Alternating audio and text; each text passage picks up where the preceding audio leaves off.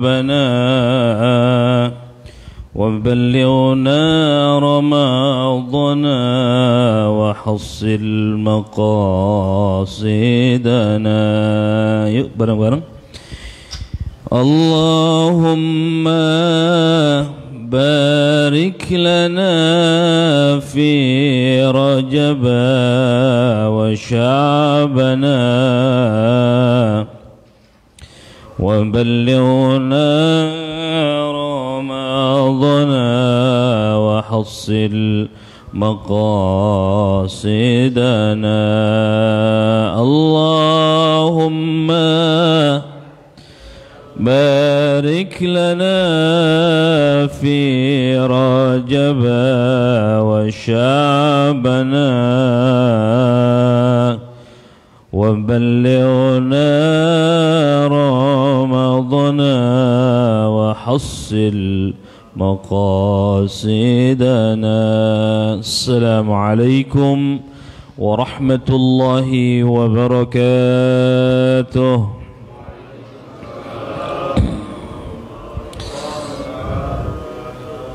Alhamdulillahi wa kafa, wassalatu wassalamu ala sayyidil Mustafa wa ala alihi wa sahbihi ala as-sidqi wal wafa. Ashhadu an la ilaha illallah wa ashhadu anna Muhammadan abduhu wa rasuluh لا نبي ولا رسول بعده. اللهم صل وسلم على سيدنا ومولانا محمد وعلى آله وأصحابه وأزواجه وذريته أجمعين.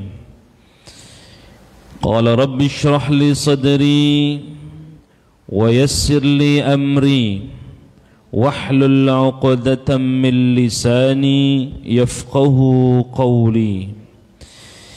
إلهي أنت مقصودي ورضاك مطلوبي، أعطني محبتك ومعرفتك. قالوا سبحانك لا علم لنا إلا ما علمتنا إنك أنت العليم الحكيم. أما بعد، فقال الله تعالى في القرآن الكريم: أعوذ بالله من الشيطان الرجيم. بسم الله الرحمن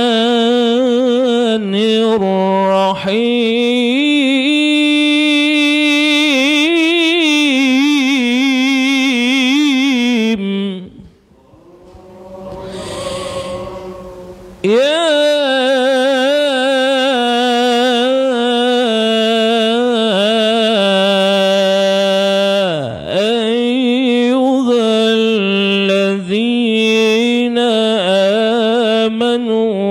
كتب عليكم الصيام كتب عليكم الصيام كما كتب على الذين من قبلكم لعلكم تتقون.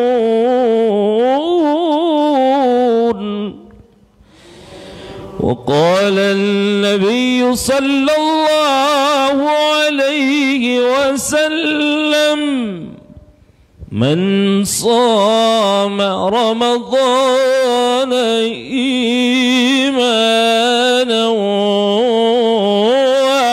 واحتسابا غفر له ما تقدم من ذنبه. صدق الله العظيم. وصدق رسول الله الكريم ونحن على ذلك من الشاهدين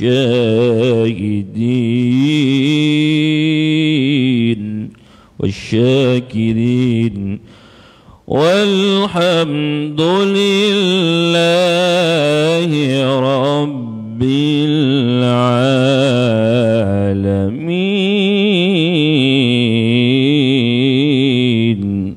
Hadirin hadirat jamaah salat subuh Masjid Al-Barakah, Masjid Jami' ya.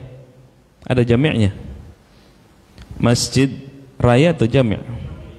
Masjid Jami'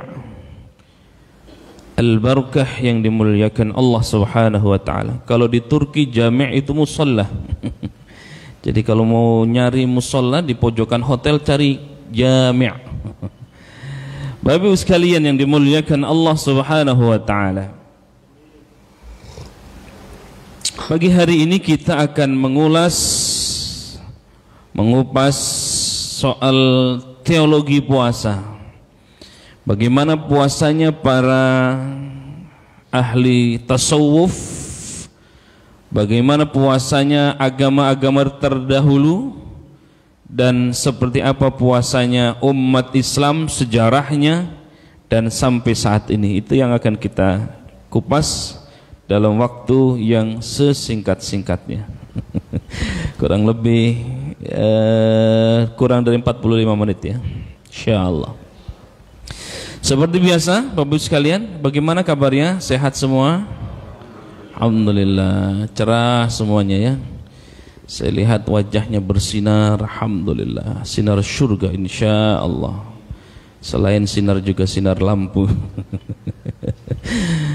Kita berdoa sebelum memulai kajian ini. Yang sakit semoga Allah sembuhkan sakitnya, baik di rumah maupun di rumah sakit atau dimanapun. Saudara-saudara kita, famili kita, tetangga kita, semoga Allah sembuhkan dengan keadaan yang sempurna, kembali pulih paripurna, dan dijadikan sakitnya sebagai penggugur dosa. Yang punya hajat, apapun hajat kita, semua kita punya hajat, yang kecil, yang besar, yang tua, yang muda, semua punya hajat kepada Allah. Semoga Allah kabulkan semua hajat-hajat kita. Yang punya hutang, semoga Allah lunasi semua hutang-hutang kita. Yang sedang punya tujuan apapun, bisnis apapun atau yang lainnya, mudah-mudahan Allah kabulkan semua permohonan-permohonan kita. Dan yang terpenting adalah mudah-mudahan kita terus bermohon kepada Allah, ya Rabb, jadikan kami ini semua menjadi hamba-hambamu yang istiqamah dalam menjalankan ketaatan kepada Allah Subhanahu wa ta'ala. Kita juga berdoa wabil khusus kepada kedua orang tua kita yang masih ada, semoga Allah panjangkan usianya dalam ketaatan kepada Allah. Kita semua di sini yang hadir sebelah kanan, sebelah kiri, depan, ini sudah orang tua semua ya. Bahkan ada yang sudah melebihi usia Rasulullah. Orang tua kita 78. Usianya berapa? Kakek? Berapa? 90. Masya Allah. Tapi masih sehat, katanya masih kuat nanjak ya. Tapi masih kuat nanjak, Masya Allah ya, Subhanallah. Ya, semoga kita diistiqomahkan kepada jalan yang benar, jalan yang lurus, jalan yang diridhoi oleh Allah dan Rasulnya. Itu yang penting. Dan kita juga terus sisipkan dalam setiap doa kita, ya Allah, kapanpun dimanapun Engkau akan wafatkan kami dalam keadaan husnul khatimah, wafatkan kami dalam mengucapkan kalimat la ilaha illallah Muhammadur Rasulullah, dan wafatkan kami nanti, kumpulkan kami ya Allah bersama para syuhada, para salihin, dan para nabi-nabimu. Allahumma amin ya rabbal alamin. Anak-anak kita, cucu-cucu kita mudah-mudahan menjadi generasi yang saleh dan salehah, menjadi generasi Qur'ani yang kelak nanti memperjuangkan agama, bangsa dan negara. Ala hadhihin niyyah wa la kulli niyatin salihah wa ila hadratin nabiyil mustafa syai'un lillahi lahum al-fatihah. أعوذ بالله من الشيطان الرجيم بسم الله الرحمن الرحيم الحمد لله رب العالمين الرحمن الرحيم مالك يوم الدين إياك نعبد وإياك نستعين اهدنا الصراط المستقيم صراط الذين أنعمت عليهم غير المغضوب عليهم ولا الضالين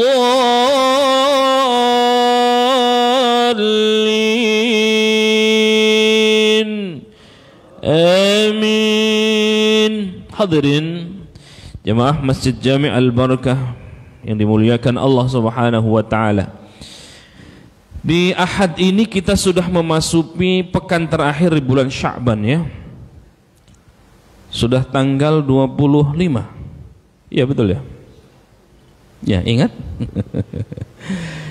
Sya'bannya sudah kurang, atau Ramadan kurang dari 1 pekan lagi insyaallah. Ramadan kalau tidak meleset tanggal 1 Ramadan tanggal berapa? 2 April. Iya, 2 April yang sudah menetapkan karena memang metode hisab. Ya, Muhammadiyah sudah menetapkan tanggal kepastiannya. Untuk pemerintah belum ya, masih menunggu sidang isbat. Mungkin sidang isbatnya juga antara tanggal 1 atau tanggal 2 itu. Baik hadirin yang dimuliakan Allah Subhanahu wa taala, Nabi katakan Ramadan ini syahrul mubarak, syahrun 'azimun, bulan yang mulia, bulan yang agung, bulan yang penuh dengan berkah, bulan yang di dalamnya diturunkan Al-Qur'an. Siapa yang menyambut di dalamnya, maka Allah Subhanahu wa taala akan memberikan kebahagiaan-kebahagiaan kepada kita. Maka sambutan kita kepada Ramadan adalah marhaban ya Ramadan, marhaban ya syahr Ramadan, marhaban ya syahr siyami, marhaban ya syahr Ramadan. Nah, sambutannya adalah marhaban. Padahal dalam bahasa Arab sambutan selamat datang itu juga ada istilah ahlan wa sahlan. Kalau tamu biasa ahlan wa sahlan. Tapi kalau nyambutnya dengan tamu agung, tamu yang datang itu istimewa, maka ada redaksi yang lain yang lebih pas. Redaksi itu adalah marhaban. Marhaban ya Ramadan, marhaban ya. Marhaban itu seakar kata dengan rohaba, atau ada juga yang mengistilahkan tarhib ya. Tarhib Ramadan seakar kata dengan rohaba, seakar kata dengan marhaban. Apa arti marhaban atau rohaba?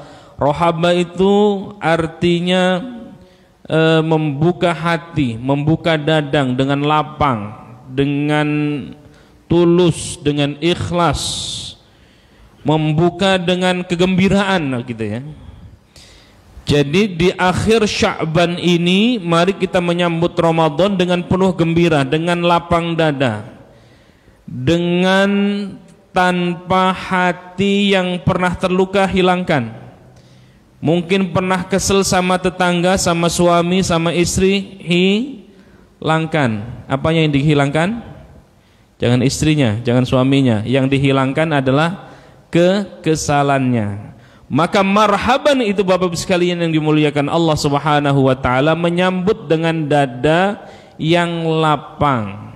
Bunda-bundaku, kalau masih ada pernah punya salah, segera minta maaf. Kalau ada yang mengganjal pernah belum memaafkan orang lain, maka sebelum diminta maaf, kita insya Allah sudah memaafkan. Sudah semuanya? Insya Allah. Mungkin ada yang pernah nipu apa segala macam. Dah lapangkan hatinya biar kita ketemu dengan Ramadan. Insya Allah Ramadan kita menjadi Ramadan yang penuh berkah. Kalau masih ada ganjalan-ganjalan hati, maka mulai hari ini menjelang Ramadan ini kita bermohon kepada Allah. Kalau dosanya kita kepada Allah, kita cukup minta maaf sama Allah, minta ampun sama Allah, istighfar sama Allah, selesai. Tapi kalau kita punya salah kepada sesama manusia, maka Allah menunda ampunannya sebelum orang yang kita sakiti memaafkan kita. Maka masih ada waktu 4 atau 5 hari ini.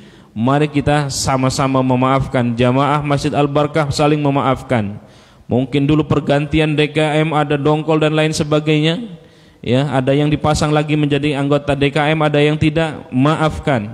Ada tetangga saling tidak tegur sapa, maafkan.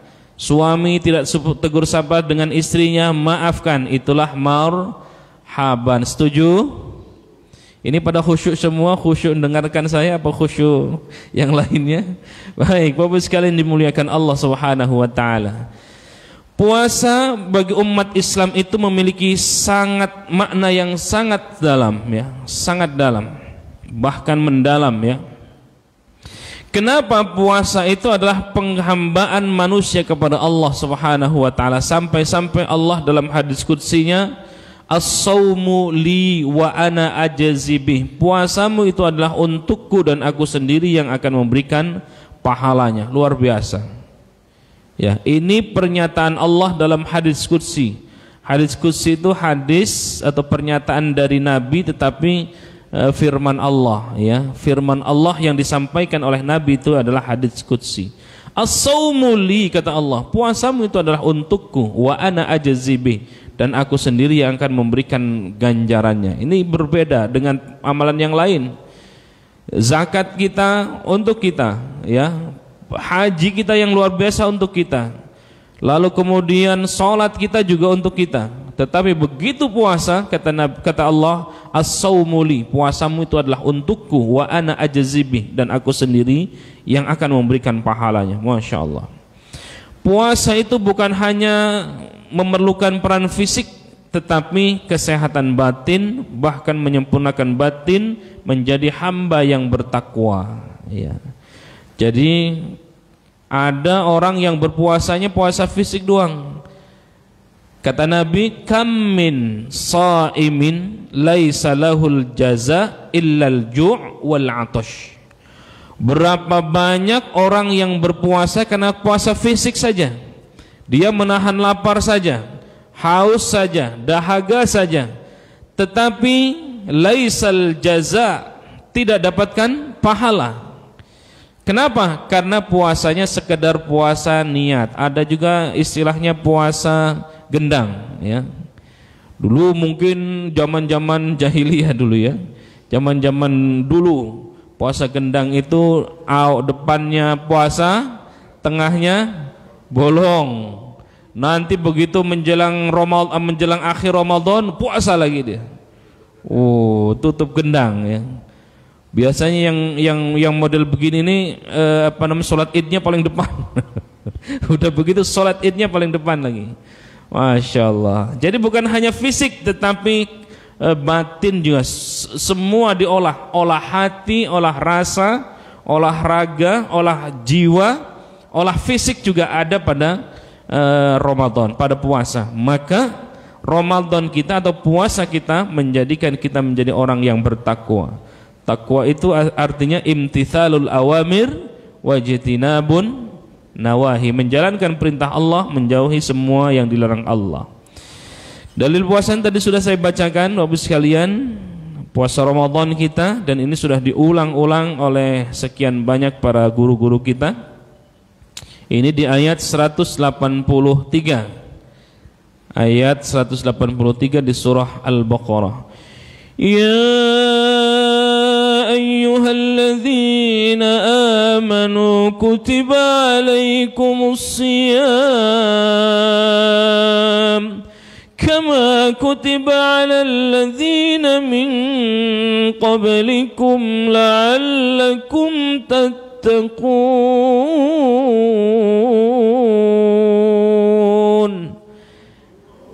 Wahai orang yang beriman, diwajibkan atas kamu berpuasa kama kutiba 'alal ladzina min qablikum. Jadi puasa kita, puasanya umat Islam bukan hanya puasa yang pertama kali, tetapi kama kutiba 'alal ladzina min qablikum, umat-umat terdahulu pun sudah menjalankan ibadah puasa. La'allakum tattaqun.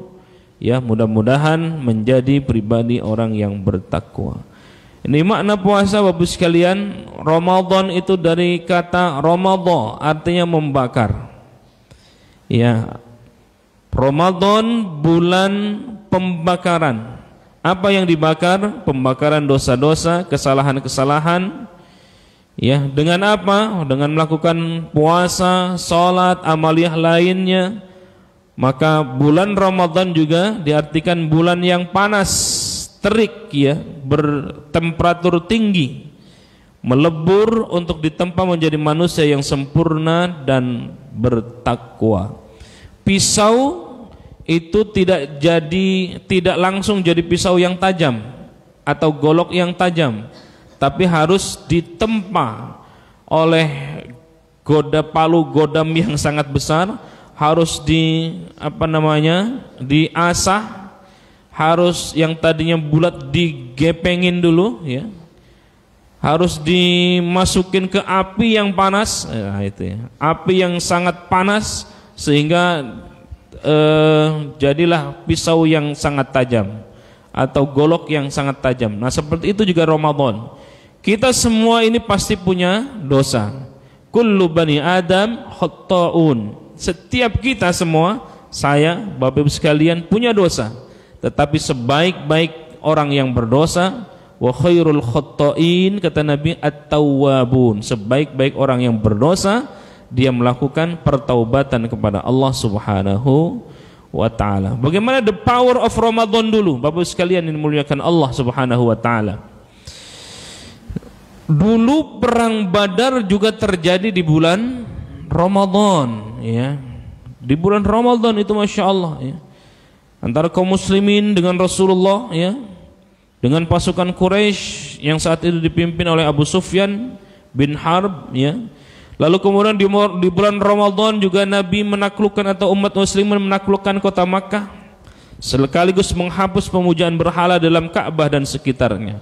Jadi dari 14 abad yang lalu, Bapak sekalian dimuliakan Allah Subhanahu wa ta'ala, kekuatan Ramadan dahsyat, dan yang tadinya meskipun kita berpuasa tetapi semangatnya, Bapak sekalian dimuliakan Allah Subhanahu wa ta'ala, tetapi semangatnya semangat puasanya. Maka kata Nabi, ya, roja'na min jihadil asghar ila jihadil akbar.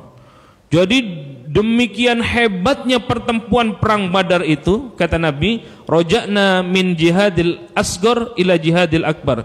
Kami atau kita ini telah kembali dari jihad yang kecil. Coba, jihad yang luar biasa, yang berkecamuk, yang luar biasa, dari 300 orang melawan 1000 orang, 3-1 berarti. Umat Islam 300, orang-orang Quraisy, orang-orang kafir Quraisy 1000, 1-3. Tetapi di perang Badar itu Nabi dan umat muslimin menang, ya. Itu masih dikatakan jihad kecil, kata Rasulullah. Lalu sahabat bertanya, ya Rasulullah, masa sedemikian hebatnya, berkecamuknya perang Badar engkau katakan sebagai jihad kecil? Lalu apa jihad yang besar itu, kata para sahabat? Jihad yang besar itu adalah jihadun nafs, memerangi hawa nafsu. Itu adalah jihad yang paling besar. Masya Allah. Yaitu the power of Ramadan. Jadi kalau Ramadan ini malas-malasan, itu tidak ada rumusnya. 17 Ramadan, 17 Agustus itu juga terjadi di bulan Ramadan, ketika ketika Indonesia merdeka. Masya Allah. Itu juga terjadi di bulan Ramadan. Jadi luar biasa. Ini dari sisi sejarahnya Bapak sekalian dimuliakan Allah. Dulu sebelum turunnya ayat 182 tadi, 183 tadi, yang ini, umat Islam belum punya syariat untuk berpuasa, ya. Ini sejarah puasa Ramadan ya. Jadi belum punya syariat secara khusus, baru mengikuti seperti puasanya orang-orang Yahudi. Ketika di bulan Asyura, ya, maka Nabi melihat orang-orang Yahudi pada berpuasa. Ketika ditanya, ya wahai orang-orang Yahudi, kenapa engkau berpuasa? Karena di Asyura ini Nabiullah Musa alaihissalatu wassalam diselamatkan dari kejaran Fir'aun. Ya, Nabi Musa mau menyeberang ke lautan itu di bulan Asyura, di 10 di Muharram ya, di Muharram ya, di hari Asyura dan 10 Muharram. Nah, ketika Nabiullah Muhammad sallallahu alaihi wasallam melihat orang-orang Yahudi berpuasa, oh kalau begitu itu juga nabi kami, ya. Maka kata Rasulullah sallallahu alaihi wasallam juga mewajibkan kepada umat Islam untuk berpuasa. Dan ini juga menjadi olok-olok jadi dari orang-orang Yahudi. Oh, puasanya Nabi, puasanya Muhammad, ikut-ikut kami. Nah, gitu. Ikut-ikut kami. Karena belum punya syariat sendiri, masih mengikuti syariatnya orang-orang Yahudi.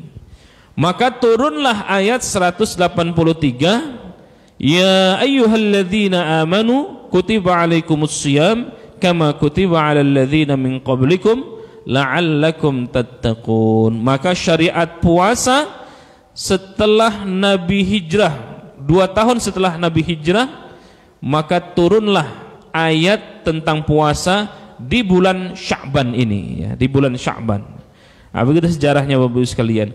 Begitupun ketika Nabi salatnya dulu sebelum menghadap kiblat itu ke Baitul Maqdis. Baitul Maqdis di mana? Di Palestina, ya, di Palestina. Itu juga menjadikan olok-olok orang-orang penganut agama terdahulu. Oh, Muhammad belum hanya ngikut-ngikut kami gitu. Maka turunlah ayat fawalli wajhaka syatral masjidil haram. Ketika Nabi berada di rumah sahabatnya lagi sholat duhur, ada yang meriwayatkan lagi sholat duhur, lalu 2 rakaat masih menghadap ke Palestina, ya, ke Palestina. Lalu kemudian turun ayat tadi, 2 rakaat berikutnya Nabi berbalik menghadap ke kiblat, fawalli wajhaka syatral masjidil haram. Maka semenjak saat itu umat Islam tidak lagi berkiblat ke Palestina, ya, ke Baitul Maqdis, tetapi berkiblatnya ke Baitullah karena olok-olok mereka, ya, karena olok-olok mereka. Ya, sama seperti puasa tadi. Dulu Nabi belum punya syariat tersendiri, masih ngikutin orang puasa Asyura, Nabi puasa. Ya, karena alasannya menghormati Nabiullah Musa sebagai nabi mereka, nabinya orang Yahudi. Oh, kata Rasulullah, ini juga nabi kami juga menjalankan puasa. Dari itulah kemudian Nabi diolok-olok, maka turun ayat tadi. Begitupun ketika Nabi menghadap kiblat, sebelum menghadap kiblat ke Baitul Maqdis, ya, kemudian Nabi diolok-olok lagi, turunlah ayat fawalli wajhaka syatral masjidil haram, di mana disitulah disyariatkan kita untuk menghadap kiblat, ya. Maka kalau kita haji, kita umroh, ada namanya masjid kiblatain, 2 kiblat. Disitulah tempat Rasulullah menerima wahyu fawalli wajhaka syatral masjidil haram, di rumah salah satu sahabatnya.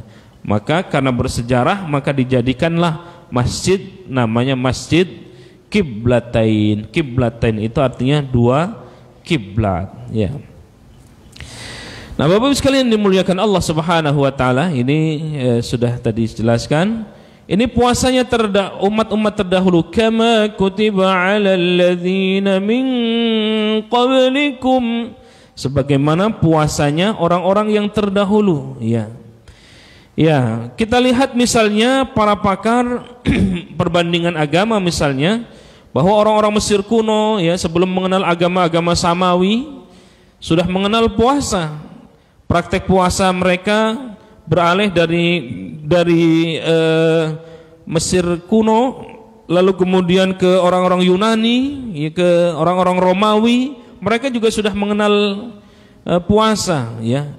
Lalu dikenal juga oleh penyembah-penyembah bintang, iya, Zoroaster, ya.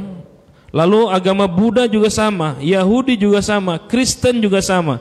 Ternyata puasanya, puasa yang kita lakukan, yang diperintahkan oleh Allah Subhanahu wa taala di tahun yang kedua Hijriah, itu juga sudah dijalankan puasanya oleh umat-umat terdahulu meskipun syariatnya berbeda, ya, tapi praktek puasanya sudah dilaksanakan oleh mereka. Ya, maka Ibnu Nazim dalam kitabnya Al-Fihris ya menjelaskan bahwa agama para penyembah bintang atau yang dikenal dengan As-Sabi'un itu berpuasa 30 hari dalam setahun. Tuh, hampir sama dengan muslim. Penyembah bintang saja berpuasa, ya. Lalu kemudian selain itu ada juga puasa sunnah 16 hari. Ada juga puasa 27 hari. Nah, itu dilakukan atau mereka melakukan puasa itu dalam rangka penghormatan kepada bulan, bukan untuk Allah tetapi untuk bulan, untuk bintang Mars, ya, sebagai bintang nasib kepada matahari dan seterusnya. Itu penyembah bintang atau as-sabiun dalam Al-Qur'an itu. Di dalam Kristen juga ternyata ada, bisa dilihat di kitab Matius. Wah, itu nggak hafal itu, ya. Di situ disinggung, dan apabila kamu berpuasa janganlah muram mukamu seperti orang munafik dan seterusnya. Ya, Kristen Ortodok itu misalnya puasanya setiap hari Rabu dan hari Rabu dan Jumat. Ya, lalu bagaimana puasanya tradisi yang lain? Umat Hindu, umat Buddha juga sama, ya. Ada upawasa, ya, diterjemahkan dengan mendekatkan diri kepada Tuhan. Ya, agama Hindu puasanya di kala hari raya tiba misalnya, ya, gitu, ya. Ada juga puasanya di hari tertentu, ya. Yang dilakukan puasa di hari tertentu di setiap bulannya. Itu atau paling tidak di apa namanya? Di Hindu itu dikenal ada hari Nyepi, ya, hari Nyepi. Itu mereka juga sesungguhnya melaksanakan puasa dengan syariat yang berbeda. Di Buddha juga sama itu. Kita lihat misalkan di Encyclopedia of Buddhism, ya, Siddhartha itu pernah berpuasa di bawah pohon Raja Yatama hingga tubuhnya kurus kering. Bahkan di tradisi-tradisi mereka ada yang bertapa berhari-hari tidak makan tidak minum. Ya, kalau dalam Islam kan tidak menyiksa. Karena puasa kita sesungguhnya mengganti jam saja, kan. Biasa sarapannya jam berapa, Bapak Ibu sekalian? Nah, ini kita mau sarapan nih, jam berapa nanti? Jam 6 atau jam 7, ya, jam 7. Lalu kemudian ada makan siang jam 12-an kira-kira, ada makan malam lagi. Cuman digeser aja ke jam 4, sarapan paginya jam 4. Lalu kemudian makan malamnya di jam 6 atau di beduk maghrib, ya. Maka acara paling favorit ketika Ramadan adalah menunggu beduk. Allahu Akbar,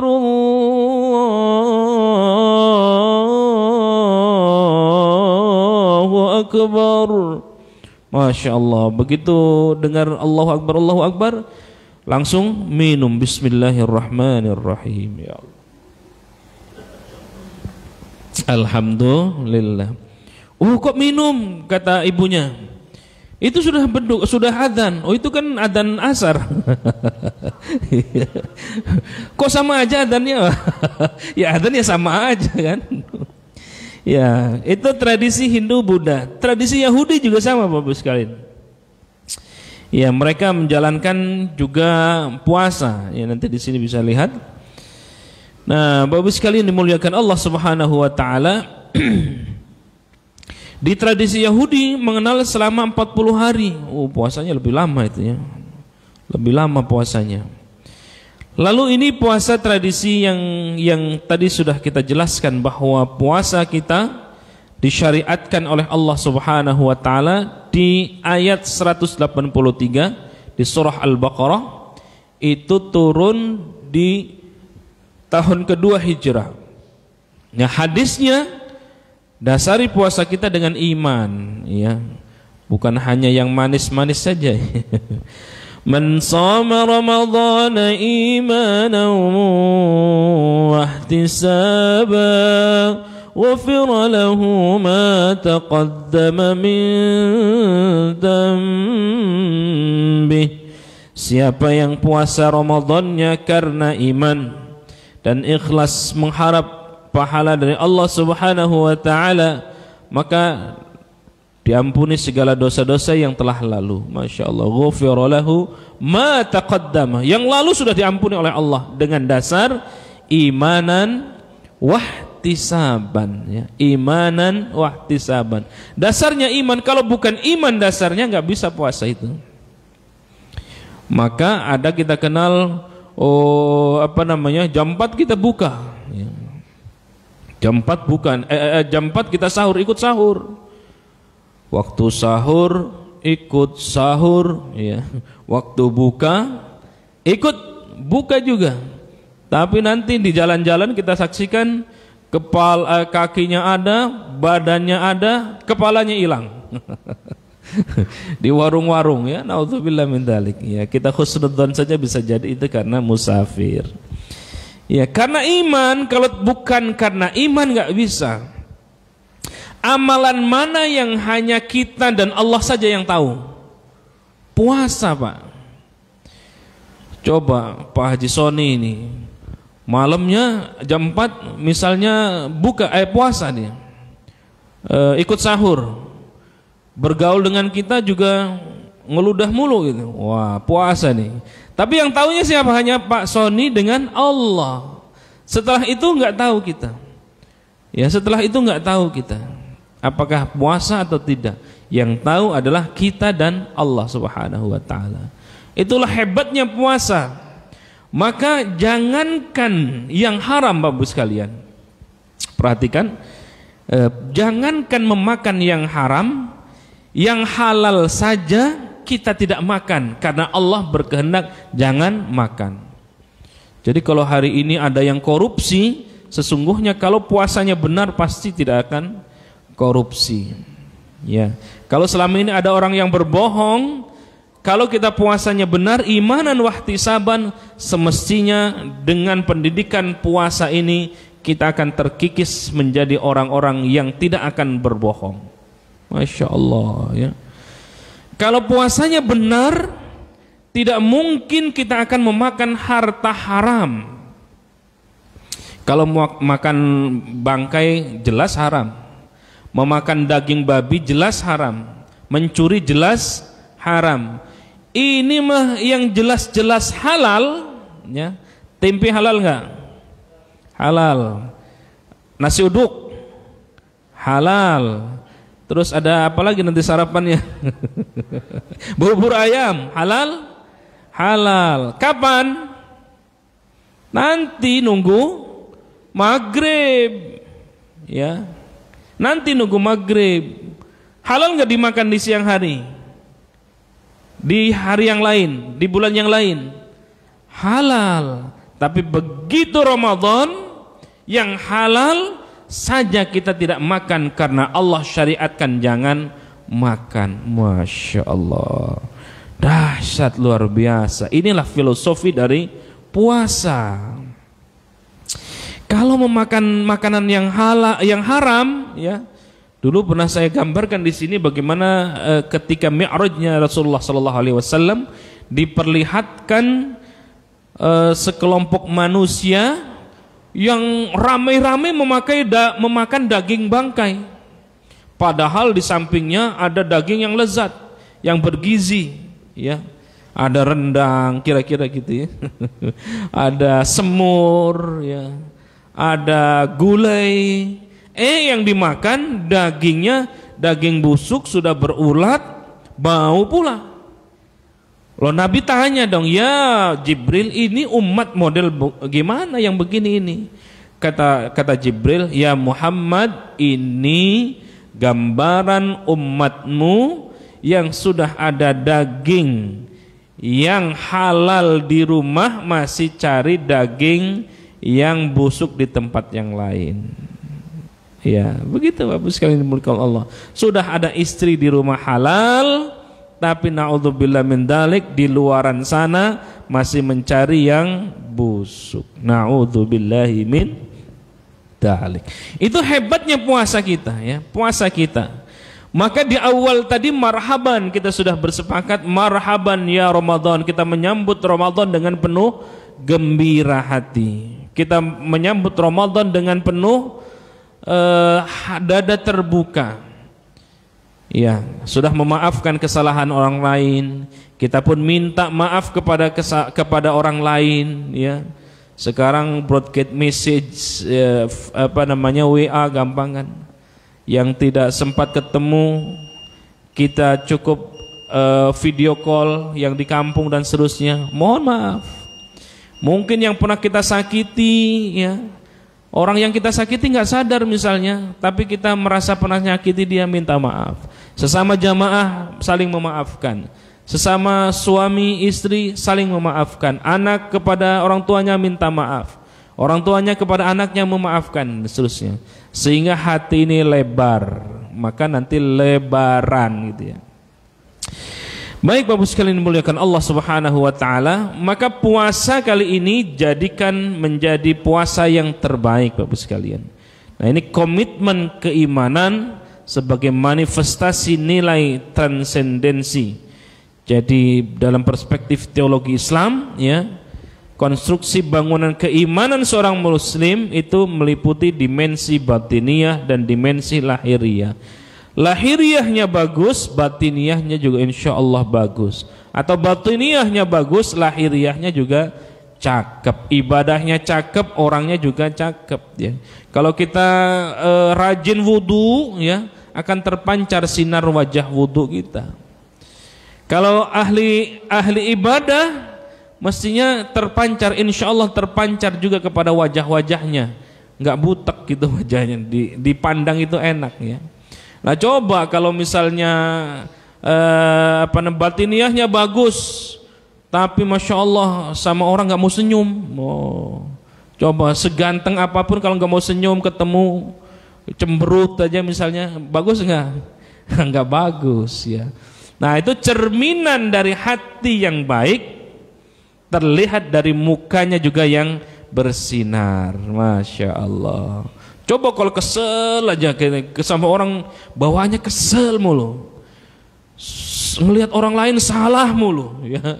Ngelihat orang lain salah mulu, pasti tercermin melalui wajahnya, juga tidak baik terlihatnya, ya. Masya Allah. Tapi cermin hati yang baik, maka tutur katanya pun baik. Jadi kalau ada orang yang tutur katanya sumpah serapah mulu, pasti hatinya juga tidak baik. Itu gampang, ya. Ada dikit-dikit salah mulu, ya. Nggak mau introspeksi diri, tapi ngintrospeksi orang lain gagah banget gitu, ya. Ya, nggak begitu. Jadi kalau saya memberikan rumus dan sering saya sampaikan, semakin orang itu alim, semakin dia ahli Al-Quran, semakin dia ahli hadis, semakin ahli fikih, semakin dia sedikit menyalahkan kesalahan orang lain. Jadi kalau ada, mohon maaf lahir batin, ulama yang sumpah serapah di dalam ceramahnya, itu hatinya tidak bersih. Itu cari ulama yang benar, yang lurus, ulama yang betul-betul ulama, bukan ubaru. Yang ulama mesti setiap ngomong tutur katanya itu mutiara. Masya Allah. Kalau ada habib, kalau ada ulama, ada kiai sumpah serapah mulu gitu, ya sudah, itu jangan dipanuti, nggak usah diikuti. Ya cari ulama-ulama yang betul-betul hatinya bersih, ya. Baik Bapak sekalian dimuliakan Allah, karena sudah ini slide terakhir. As-siyamu junnah wa idza kana yaumu shaumi ahadikum fala yarfuth wa la yaskhab fa inna syabahu ahadun aw qatalahu falyaqul inni imru'un shaim. Ini penting. Iya. Ibadah kita diharapkan melahirkan pribadi-pribadi muslim yang memiliki pribadi yang tangguh, sabar, ikhlas, tadi itu bertutur kata yang baik, dan semuanya itu ada di puasa.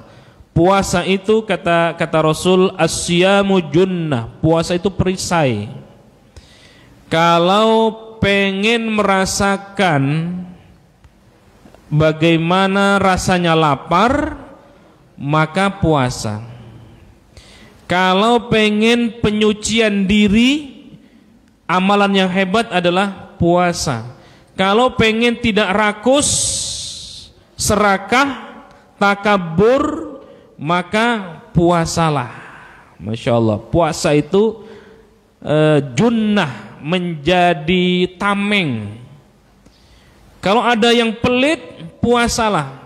Oh ternyata nggak enak ya, kelaparan, maka dia berbagi.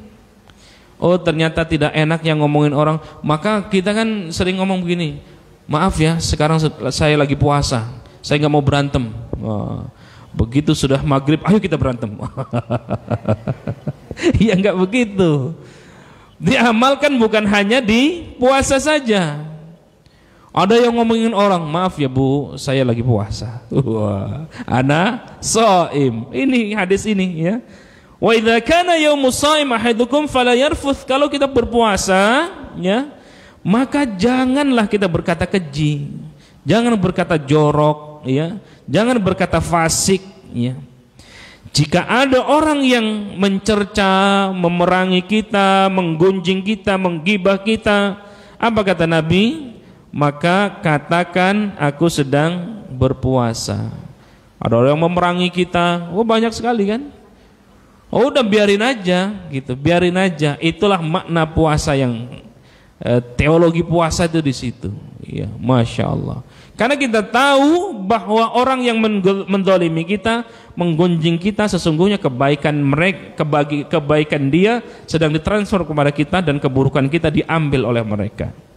Oh, maka carilah banyak-banyak orang yang menggunjing kita. Bapak sekalian dimuliakan Allah, itulah hebatnya puasa. Kalau kita mau tawadhu, puasa. Kalau kita mau nggak rakus, puasa. Kalau kita masih takabur, puasa. Kalau kita sulit sedekah, puasa. As-siyam junnah, kata Rasul. Puasa itu sebagai perisai. Wallahu a'lam bishawab. Yang benar dari Allah, yang salah atas kedhaifan dari saya pribadi. Wal 'afu minkum. Wassalamualaikum warahmatullahi wabarakatuh.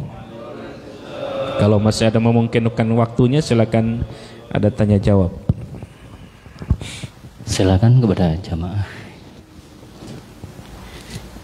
Ya Ustadz, saya mau bertanya ya, masalah puasa ini Ustadz.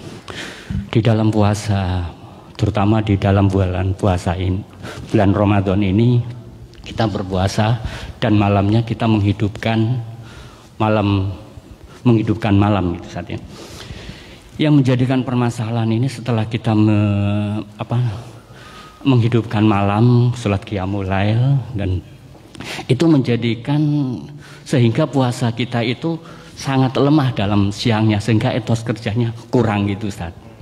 Nah, ini bagaimana Ustaz, mohon penjelasannya Ustaz. Terima kasih. Iya, orang yang berpuasa itu idealnya bisa mengukur diri, ya, mengukur diri. Kalau Nabi itu tidurnya ya nggak usah Nabi deh, Imam Syafi'i itu membagi waktunya menjadi 3.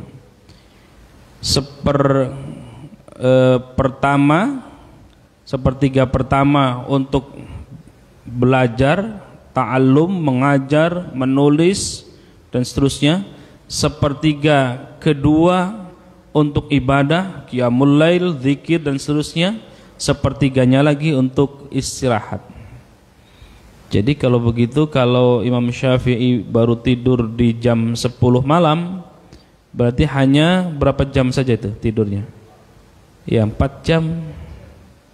Selebihnya mengajar, belajar, nulis kitab, melayani umat dan seterusnya.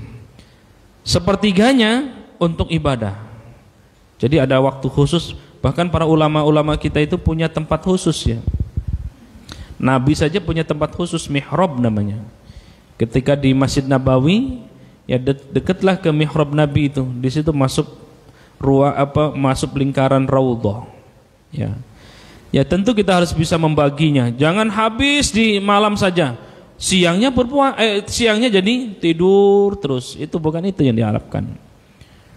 Ada yang berdalil, Ustaz, tidur adalah ibadah. Ya. Puasa juga ibadah. Maka puasa sambil tidur ibadahnya 2 kali. Ya itu hadisnya dhaif ya. Ya puasanya orang yang tidur itu ibadah. Ya tapi untuk fadhailul a'mal ya silakan saja. Fadhailul a'mal silakan saja ya. Misalnya ya kita yang bisa mengukur diri. Jangan juga misalnya begitu berbuka, semua yang ada di depan meja habis. Ada kolak, ada jus, ada teh manis, air putih. Ya begitu tarawih, ngantuk. Ya ngantuk. Secukupnya saja. Cukup 3 butir atau 5 butir kurma. Makannya nanti mungkin habis isya ya. Atau makan secukupnya saja biar tidak ngantuk. Nah kalau yang terjadi balas dendam ya dari jam 4 sampai jam 6 belum makan nih, maka habis maghrib hajar aja semua, ya udah rusak itu malamnya, secukupnya saja ini tidur, makannya. Ada tarawih kan, tarawih setengah jam ya. Kalau ikut tarawihnya model Nabi, rakaat pertama itu 1/4 juz, kurang lebih ya 4 halaman kalau mengikuti Nabi ya. Ya di sini 21 atau 11, yang favorit di mana-mana 11 memang kesebelasan. Kami di UIN itu mengadakan 2 tahap, ada yang 11. Yang 11 masih penuh gitu ya. Begitu yang lanjut 21 tinggal beberapa orang. Tapi tetap kita lakukan 1 malam per malam 1 juz. Ya silakan diatur, misalnya kalau selesai kita jam 9 tarawih ya, setengah 10 sudah rehat atau jam 10 sudah rehat tidur. Jam 1 jam 2 insya Allah bisa bangun itu. Sampai subuh. Habis subuh waktu syuruk sampai duha rehat. Ya jam rehat tidur jam 8 misalnya, bangun lagi jam 10 atau jam 11. Menjelang duhur kita baca Quran dan seterusnya sampai duhur rehat lagi. Ya, menjelang asar jam 2 atau setengah 3 kita bangun lagi salat asar, terus zikir lagi ya sampai maghrib misalnya begitu.